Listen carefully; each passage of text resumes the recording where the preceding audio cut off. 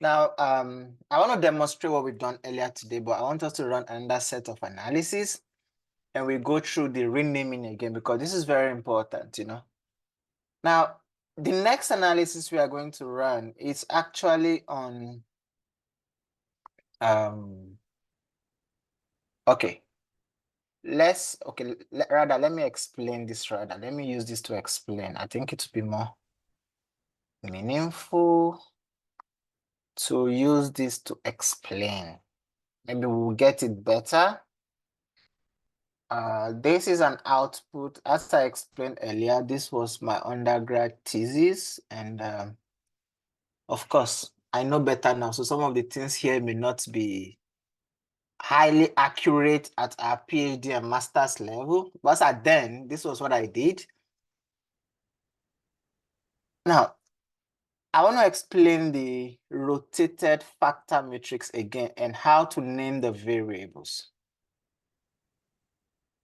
That's what I want us to do.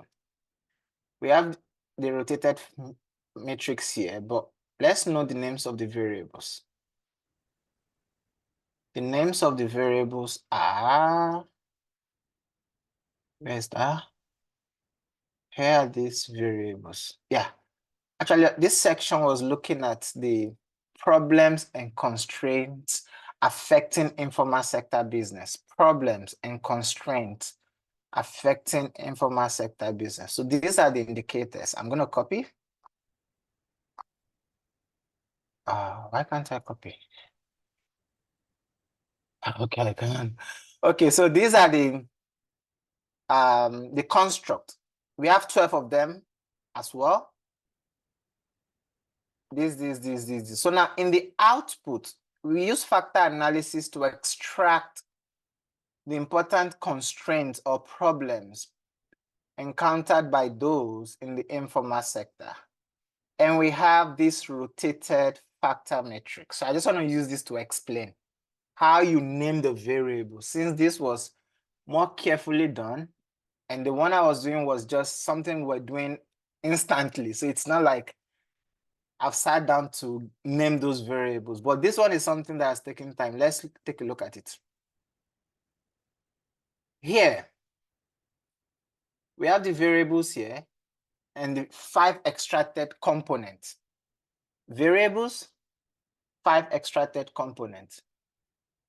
Now, we said the first component has significant loadings from 4 indicators.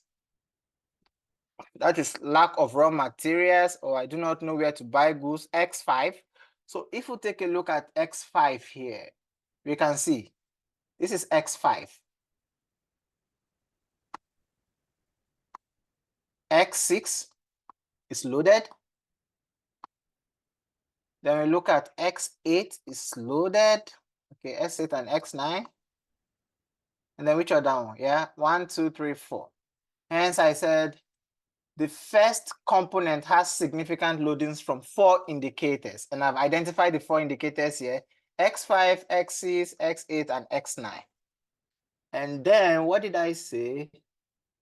And these variables are lack of infrastructure, harassment from the authorities, and low levels of sales. Then I said, I don't want to talk about the correlation matrix. Also indicated that the above variables have significant correlations among themselves. Blah, blah, blah, blah, blah. So what I said was that hence its presence would be neglected when naming this variable. The 3 remaining variables, this, and this, have to do with lack of resources. X5 and X6 have to do with lack of resources, while X9 has to do with low level of sales. Thus, this component can be named lack of resources and viability factor. I'm just explaining the naming of the variables once again, so we have an intuitive understanding of the whole thing. It is subjective, so you have to look at the correlation matrix if you're confused on how to go about it. Because here I said the correlation matrix also indicated that the above variables have significant correlations among themselves. However, harassment from authorities has a significant correlation with restrictive laws from the government. So if you go back to the correlation matrix, X5, X6, X8, X9, you have to analyze them in X5, X6, X8, X9. Where is the correlation matrix? Okay, these are variables here. X6 and X8. X8, X6, X8 and XC 0.4. Yeah. So you look at the correlation, and also remember, while you're trying to do this, you're trying not to have multi-collinearity in the data set. If your correlations are too high, that means your constructs are measuring the same thing. Your variables are the same. So you look at the relative correlations. So that's how we name the variables. Then you go here, the next one. I said, the second component has high loadings from X1 and X12. This one should be easy, X1 and X12. So the second component has high loadings from X1. This is X1, you see, this is X1, here, the point of intersection. The rest are low, low, low, low, and X12. And what is X1 and what is X12? I said X1 is a lack of startup capital and then competition. So the two indicators also have high correlation between them, and thus this component can be named startup capital and competition factor. So these are you just subjectively, remember it is exploratory. Then the third one, the third factor has significant loadings from finding the right place to do business, X2, lack of protection, X10, and lack of occupational health and environmental safety. So we have X2 and X10. So let's look at X2 and X10. Here, this is X2, highly loaded here. Then X10. X10 is this. X11 is loaded. Why didn't I add it then? Let me see.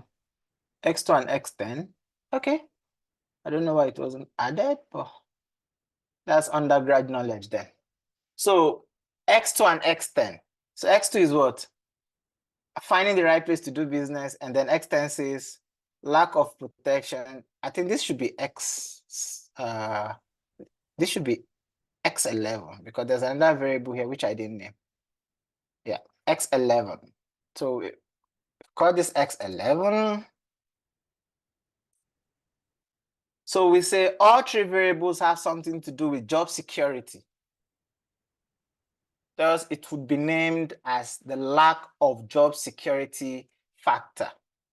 So this, we are going through how to name variables using the rotated factor matrix, you know. So the fourth component is loaded on here, X3. You go again, which other one? X7. I think that's X3 and X7 because X3 and X7. So what did I say? I said the significant loadings on the fourth factor comes from securing permit, X3, and restrictive laws from the government, X7. However, the correlation analysis indicated that X7 and X8 have significant correlations. And since it has to do with harassment from the authorities, we can conclude that the three indicators has to do with government regulations and policies. So that's how I named this. Now the next one is the final factor. Final factor, if I go back to the rotated factor matrix, is loaded on by X4 very high, really high. The next one is which one? I think it's only X4. Yeah, only X4. So what was the name?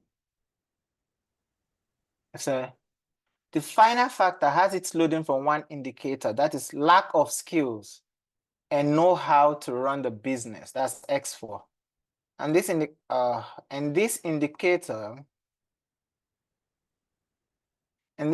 has the highest loadings of all the 12 variables. Simply stated, this factor This factor has to do with lack of entrepreneurial skills to manage the business, to be named lack of entrepreneurial skills factor. Yeah, so I'm just trying to go over how we name variables using the rotated factor matrix. Remember, it is exploratory and the naming is subjective. So after exploring this, then you can go back to literature and then check those factors and how they interrelate before you formulate your final hypothesis. And then the variance transformation matrix as well. Here shows that factor one is the first most important. Remember, it is subjective, not conclusive. Then here says component 4. So here I said the fourth factor, that is government regulations. No, where did I start from? Okay. The first factor, which we named lack of resources and viability, is the first most important of all the 5, exploratorily. So you can see the first one has the highest loading here. So we consider it based on the variance transformation to be single most important at this juncture. Then the next one we can see here, which is the fourth. This is the fourth factor. Remember, you consider this to be the extracted factors and these as the positions. So we say the fourth factor, which is government regulations, is the second most important constraint or challenge in the informal sector in whole township. The third most important factor is lack of entrepreneurial skills. Let's see. It's loaded on highly by here. Yep. And so on and so forth. So I hope with this we are clear on how to subjectively name the factors. That's what I want to emphasize again after the break. This is not part of the whole thing, it's another test entirely. So I'm going to close this, save, and then I will go back to our slide. Yeah. So we still need to learn how to explain some things from our output, something like initial agent values, the total, the percentage of variance, and cumulative. So let's look at the initial agent values. I think I explained that earlier from the outcome. Where's the output? Did I close it? My God. I have to analyze it again. Okay.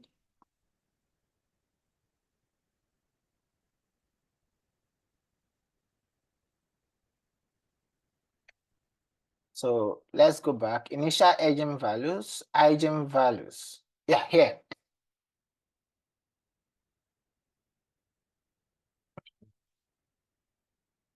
So here, using the eigenvalues greater than 1 rule, this is your initial eigenvalues here. Table the total, the percentage of variance explained by each component. We can see that component 1 accounts for about 23% of the total variation. Component 2 accounts for 14. Component 3 accounts for 11. Component 4 accounts for 10. And 5 for only 9.36% of the variability. And cumulatively, which is the next thing I think on the slide, the total, we've talked about the total. Then percentage of variance, we've talked about that. Then cumulatively, here, they explain 69.98% of the total variability in choosing to work in the informal sector. The next one is extraction sum of squares loadings, rotation sum of square loading. I think I've explained all these ones with the output, so there's no need to really. And I've explained the rotated factor matrix, which is very, very important in naming the variables. That's why I use the output to explain first before we come to the theory. So the rotated factor matrix is a table that contains the rotated factors loading, which represent both how the variables are weighted for each factor, but also the correlation between the variables and the factor. So the rotated factor matrix is what I've shown us here. That's what it's talking about. No, here. This rotated factor matrix. The only thing I've not talked about is this guy. Usually, this guy is not often clear when it comes to explaining it, and is often not reported, but it's just telling us how the various factors are loaded in a three-dimensional space, you know? So I'll neglect that because the explanation will not, it will also be as confusing as trying to explain the rotated factor matrix, but just stick to, this is just capturing this in a way. This is just capturing this in a way. So stick to this when explaining the rotated factor matrix. I think this is how far we can go for today. So the floor is open for questions now. Let's use the remaining 15 minutes for questions and answers. Okay, now the limitations of factor analysis. Let me quickly talk about this. Very, very important, the limitations of factor analysis. Now, factor analysis is very sensitive to data quality and then the sampling adequacy. So you must make sure that your data is well collected, the instrumentation is well designed if you want to have good results. Another thing is that the researcher needs to make assumptions and decisions, such as the number and rotation of factors, estimation method, or fit criteria, which may affect results. For instance, the transformation matrix, which is very important. There's the rotation matrix rather here, which is very important in naming the variables. You need to, if you're running the analysis, dimension reduction factor, let's look at rotation. You see, we have many. So you have to have preconceived assumptions about what you want to do. Do you want your latent construct to be correlated or not? So you have to make these decisions beforehand. That is why in the opening slide, I said, let me go back. In the opening slide here,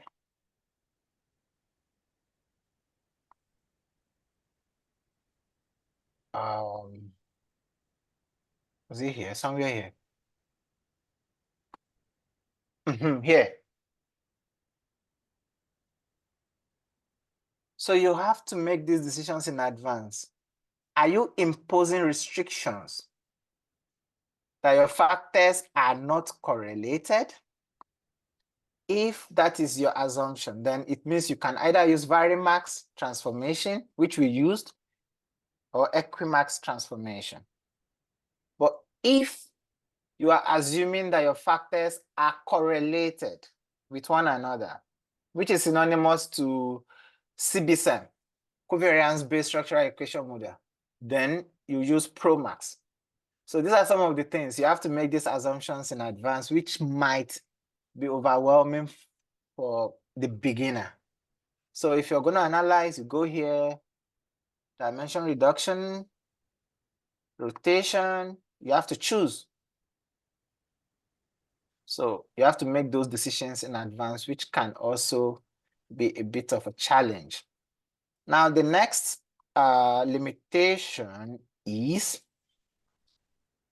now this is very important, please, very important. At the undergraduate level, it's okay, you can do exploratory factor analysis. CFA and EFA are not definitive or conclusive, but rather indicative and suggestive. They need to be interpreted with caution and supported by other evidence. So it is not a definitive or conclusive procedure. It only gives you suggestions or indicates likely variables or factors for you to work on. Now, this was the one we've all faced together today, naming the new factors. You know, naming the new factors can be very subjective and confusing at times, especially when you have loadings coming from different variables on the same factor. So for the consideration on content validity and skill development for factor analysis, you can look at this paper for more details. So please, the floor is open for questions.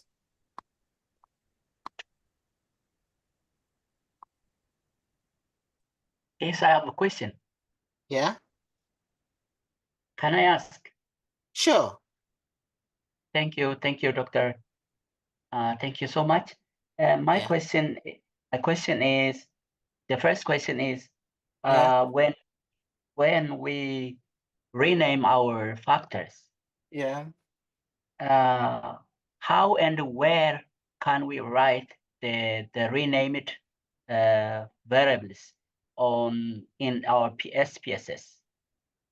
You can only write that in the output, in your result. That's your Microsoft Word document. You can't rename it in SPSS. The only thing you can do in SPSS is when it generates the factors for you. Please, are you there?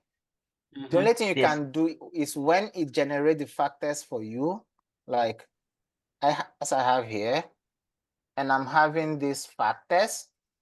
Yes. If you want to rename this into your subjectively formed variables, then you can go back to your variable view and name them as such if you like. But remember, it is subjective, right? You can, Yes. But usually you rename them in your Microsoft Word or wherever. So if you want to come down here, can you see the last 44, 45, 46? Yes. So you can name it your new factor 1 if you want to mean independence. But remember, you can't actually space the namings of variables in SPSS. Yeah. So it will be difficult to give it a long name. Yes. So yeah, so that's one thing you can do. But usually your renaming has to do in your report if you're reporting it like that. But if you're just running something exploratory for further analysis, then you have to decide how you do that, and you only report your final result. Great. And the second question is, when to run the factor analysis, we need to consider like reliability test before. So Yeah. How can we do the reliability test before doing our factor analysis? Okay, actually we did that before, but I'm guessing maybe you didn't join us early, so I'm going to demonstrate it. If you want to check the reliability test, all you have to do is go to Analyze, then you come down to Scale, then you go to Reliability Analysis. Now, when you get to Reliability Analysis, let me remove this. All you have to do is move in your variables as usual. In this case, I'm moving my variables only way to make money, this flexibility to family B. So you move all your variables. Now make sure that the model, you can see alpha. Can you see alpha? Yes. Yeah, make sure that you've selected alpha, not any other one. Okay. Then you can just click on OK. And when you click on OK, the output comes here. Reliability statistics. I did that actually. Maybe you didn't join us early or you weren't. I missed it. Yeah, this was the first thing I did before the other analysis. So, and then we mentioned that this value should be at least 0.6 and above. Yeah, but there is a lot of argument actually when it comes to the value of your Kubank alpha. Some researchers will tell you 0.7. So for me, the logical thing to do is look for a literature in a reputable journal and then cite that as your backup argument. Thank you, Doctor. Yeah. Thank you. Any other question, please?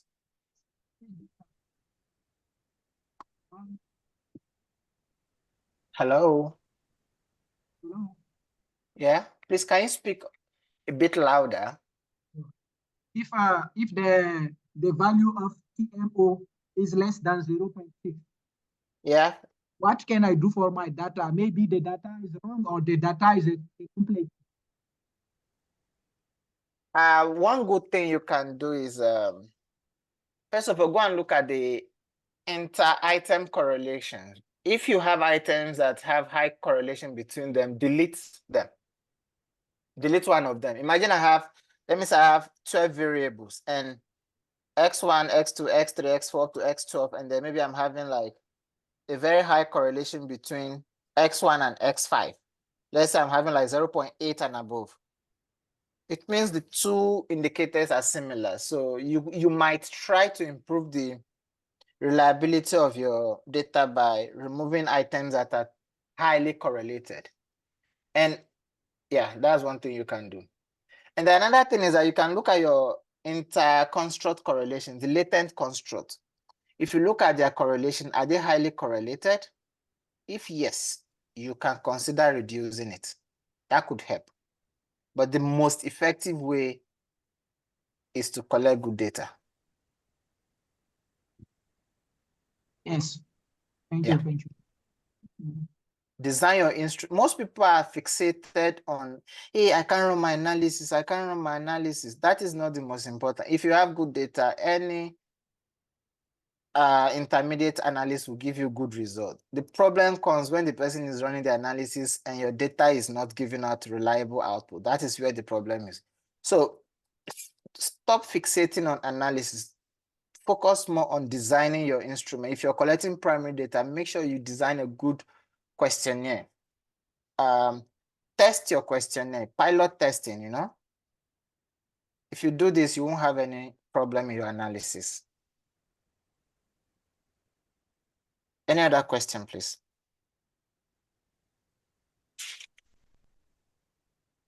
Hello?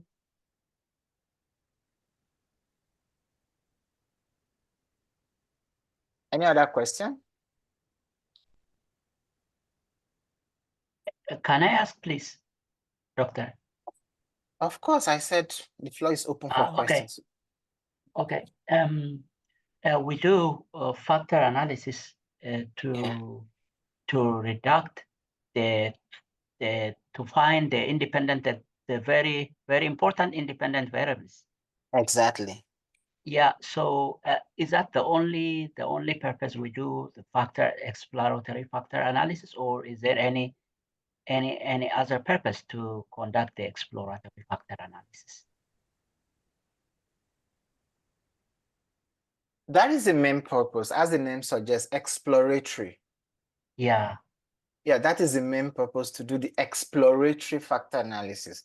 Now, after you've done this and you've identified these 5 factors in our case, and you want to confirm this based on existing models, like you go back to literature, then you form your hypothesis. There's a significant positive correlation between, let me say, lack of education and whatever. You form those hypotheses, you normally form a lot of them. Then you test it. And you remember, when you're forming those hypotheses, they are based on literature. Maybe you've read somewhere where somebody said he or she found that independent and flexibility is one key motivating factor to choose to be employed in the informal sector. You've read all that, so you formulated the hypothesis based on this. Then you want to test if your data fit that.